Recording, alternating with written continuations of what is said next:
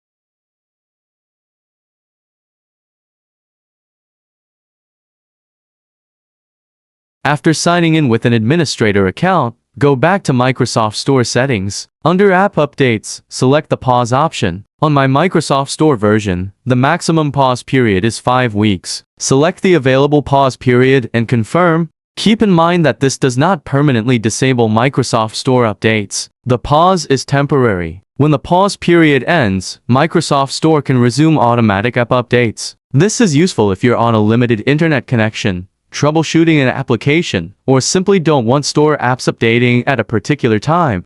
When you're ready to update your apps again, open Microsoft Store and go to Library. From there, you can check for available updates and install them manually.